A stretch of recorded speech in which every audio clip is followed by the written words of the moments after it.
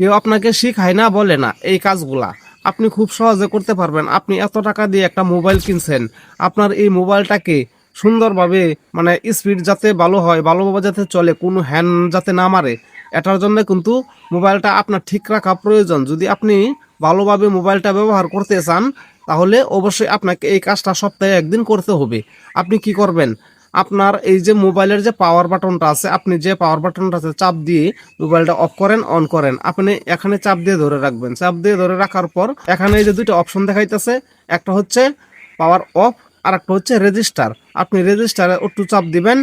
রেজিস্টারে চাপ দেওয়ার পর মোবাইলটা অটো বন্ধ হয়ে যাবে, আবার অটো চালু হবে। তখন কিন্তু আপনার মোবাইলটা মানে ঠিকঠাক হয়ে যাবে, কোনো হ্যাং করবে না, কোনো ভিডিও দেখতে গেলে নেট সমস্যা করবে না।